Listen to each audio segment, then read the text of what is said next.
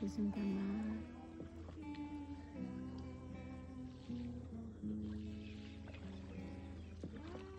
ပစုံလေးရတဲ့ငါးရီလိုမျိုးငါးရီအထုပ်ထဲမှာအစာထည့်တာပြီးလို့ရှိရင်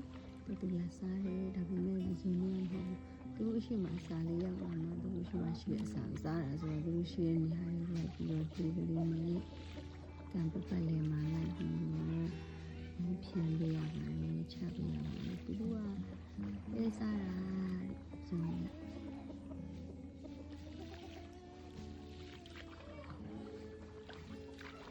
ဒီတကံပြီးတော့အလဲကံသွားတယ်